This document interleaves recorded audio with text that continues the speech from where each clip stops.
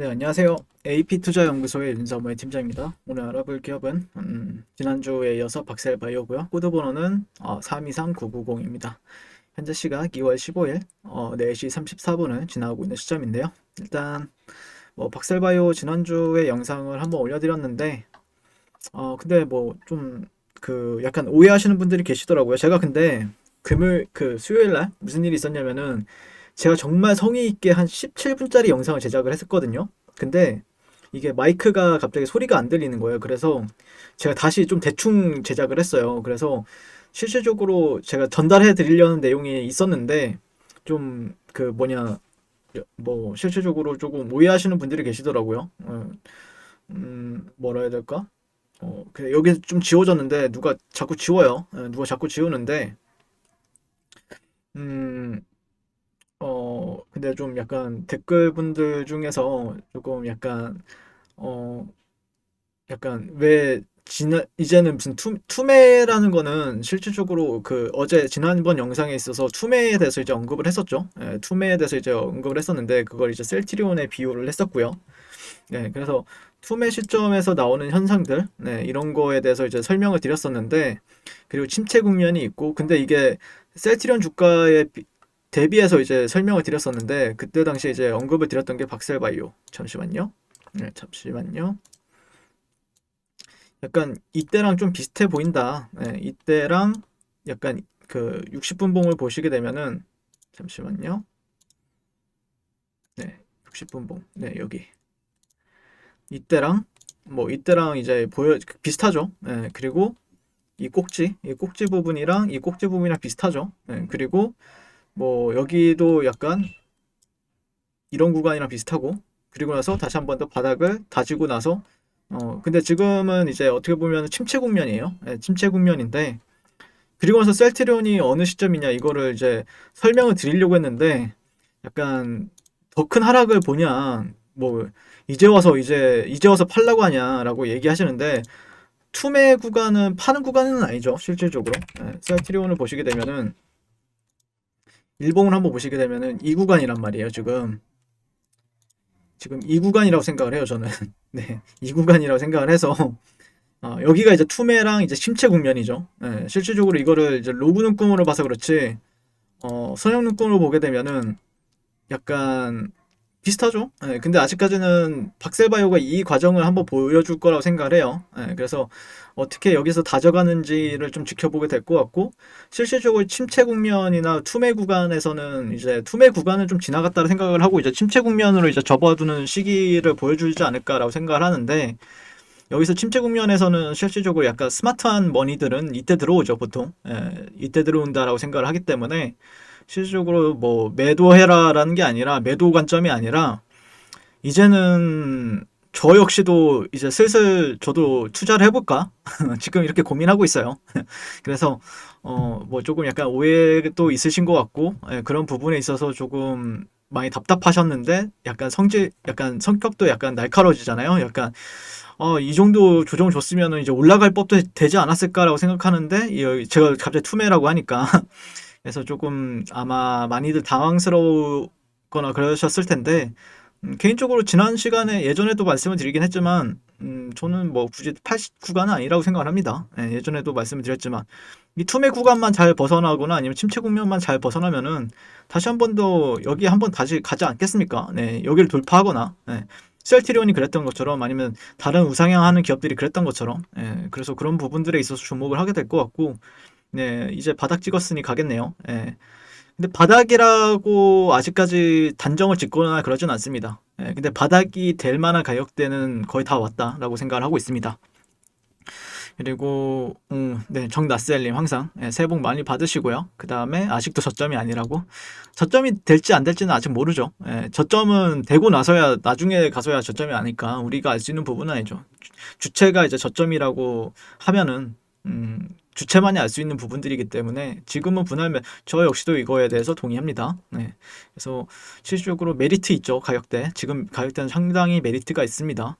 그리고 5만 원에 3만 원대 갭이 큰 구간인데 어떻게 보신가라고 하셨는데, 5만 원에서 3만 원이요?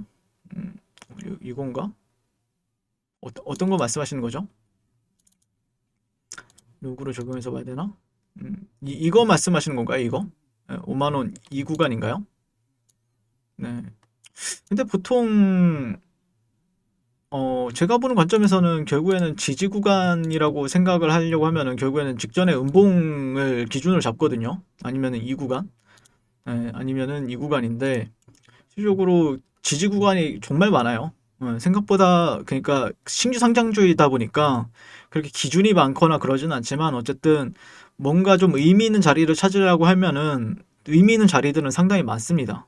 그래서 실질적으로 저 같은 경우에는 그리고 그런 사이클적인 부분들에 있어서도 어느 정도 뭐 보통 이거를 많은 사람들이 얘기하기로는 흔히들 쉽게 말씀을 드리게 되면은 M자형 패턴에 대해서 얘기하는 사람들도 많죠. M자형 패턴에 대해서 얘기하는 사람들도 많기 때문에 근데 이제 M자형 패턴이라고 해서 똑같은 M자형이긴 한데 어떻게 떨어지냐가 중요해요.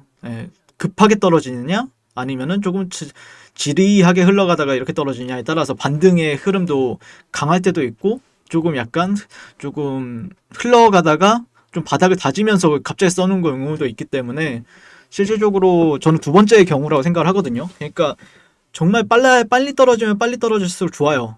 떨어질 때는 그래야 반등도 바로바로 오거든요. 근데 반등이 바로 온다라고 해서 그 종목도 같이 또 그럼 횡보를 하게 돼요. 보통은 그래요. 보통은 그러기 때문에 어쨌든 뭐 결국에는 주목해야 될 가격대는 맞죠. 그리고 박현천님께서 월요일에 오르면 또 무슨 소리 하실까? 네, 지금 이 소리 하고 있습니다. 그리고 박현천님께서 오랜만에 오셨는데 월요일에 추매 예정입니다. 지금은 정찰병 20주 고점 대비 61% 하락 지점이군요. 보통 이제 61.8%, 뭐 78.6% 이렇게가 이제 피보나치 레벨이죠. 투매 자리부터는 매수해야죠. 그렇죠? 제가 말하고 싶은 게 이거예요. 오늘 박셀바이오 통하고 수정할 것도 수정 부탁하였습니다. 이재중 교수가 각자 대표가 되었다는 건 임상과 논문에 집중하겠다는 거겠죠. 정광준은 공동 대표였지만 지분 없는 이준행의 대변 인격이었고 현재 상황에 변화를 주고자 지분이 가장 많은 이재중이 나서겠죠. 현재 박세 IR은 내용이 허술해 곳곳에 누수가 보이는군요. 그 점에 대해 박세의 내용 보내고 수정 요구하였습니다. 라고 하셨는데 박현천님 거 그 댓글 많이 저도 참고를 많이 하고 있는데 예전에도 이제 NK세포에 대해서 많이 말씀해 주신 분이에요. 그래서 이 NK세포의 구성에 있어서 정밀 타격이 가능하다. 그래서 전남대 시절 때부터 배양실을 운영했었고 이 프로토콜을 장점이 있었다라고 예전에 설명을 해주셨거든요. 박현천님 같은 경우에는. 그래서 일상 환자가 11명 모두 이국군 응급 환자로부터 정부에서 인정한 응급 임상으로 진행이 되었었는데 완전 관해라는 게 나온 거는 그만큼 그 약제에 대한 순도가 굉장히 높다라고 얘기를 하시더라고요. 그래서 저도 그 부분에 있어서 참고를 많이 했고요. 그 다음에 뭐 박스 루킨이나 이런 부분들에 대해서도 그러니까 저도 애완견을 키우는데 애완견을 키우는 마음에 있어서 박셀바이오 같은 회사가 잘 되었으면 좋겠다라고 생각을 해요. 그래서 이 기업 같은 경우는 굳이 이제 뭐 여러 차례 설명을 드리지는 않더라도 어쨌든 NK세포 치료제에 대해서 강점이 분명히 있는 기업이다라고 생각을 하고 있고 그거를 주가로도 잘 보여줬어요.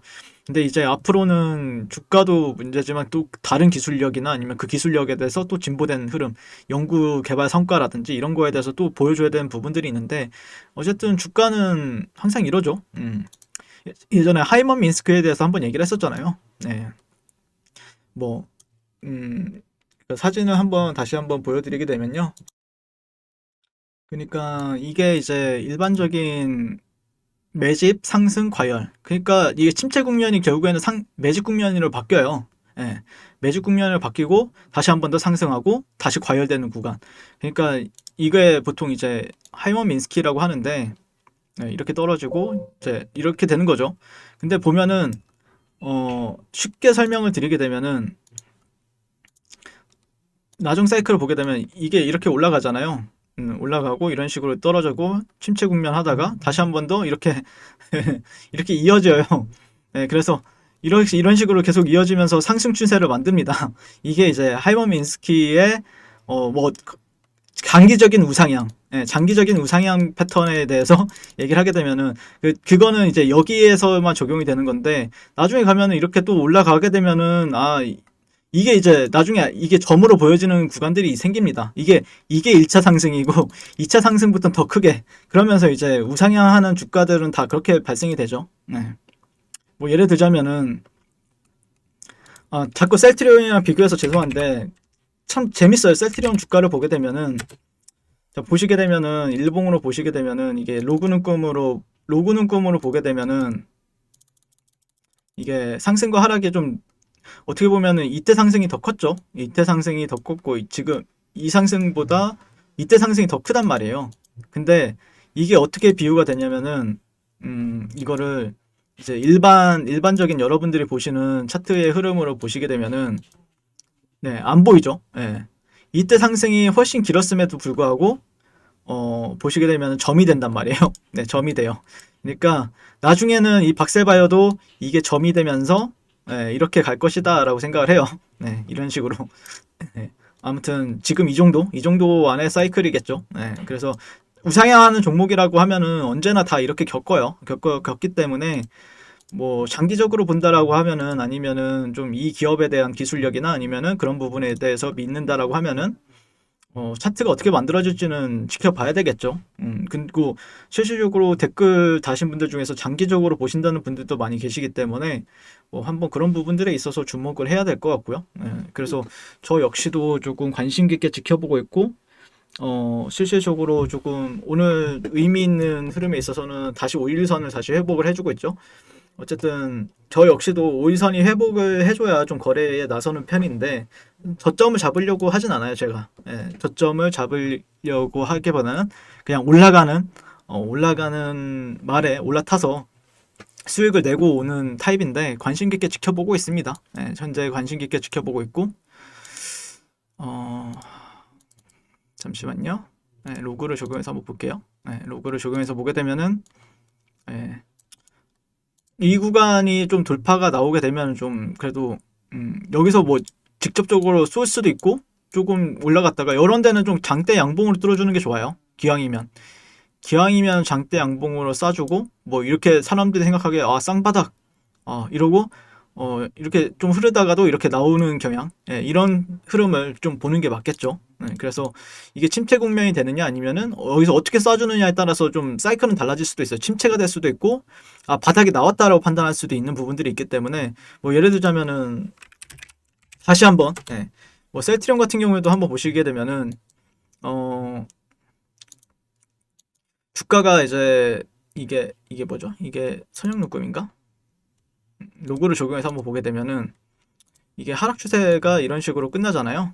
이런 식으로 끝났다가 시장이 반전이 된다라고 해서 바로 즉각적으로 가는 경우도 있는데 이런 식으로 좀 쉬었다가 가는 경우도 있어요. 그래서 뭐, 뭐 흔히들 아는 쌍바닥 패턴이라고 하죠.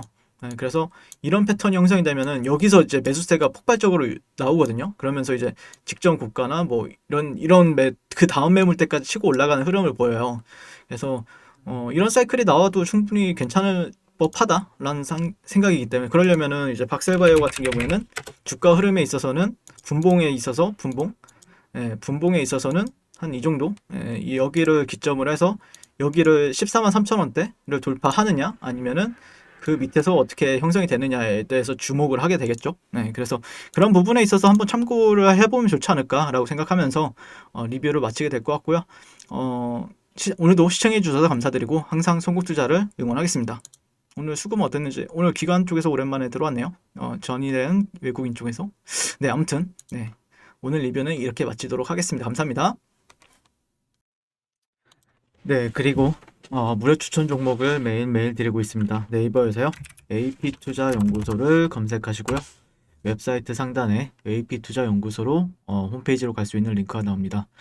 클릭하시게 되면은 홈페이지로 접속을 하실 수가 있고요. 화면 가운데 라이브로 깜빡깜빡하는 게 보이실 겁니다. 그 밑에 2021년 무료 추천 종목이 있습니다.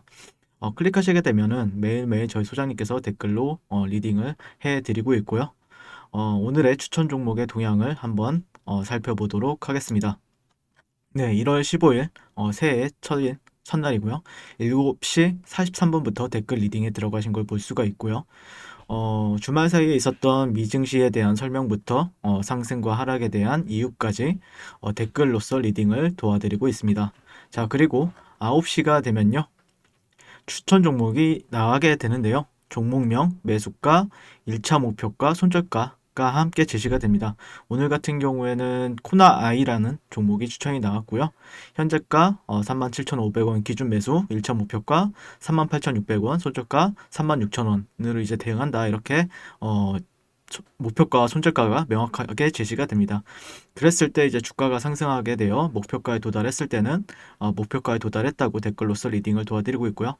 하락하면 하락하게 되었다고 손절에 대한 리딩도 함께 해드리고 있습니다. 지금 이 무료 추천 종목은 로그인을 하지 않아도 누구나 다 볼 수 있는 공개되어 있는 댓글 리딩이기 때문에 홈페이지에 오셔서 종목이 아침장이 필요하신 분들 많은 도움 받아가시면 좋을 것 같습니다. 감사합니다.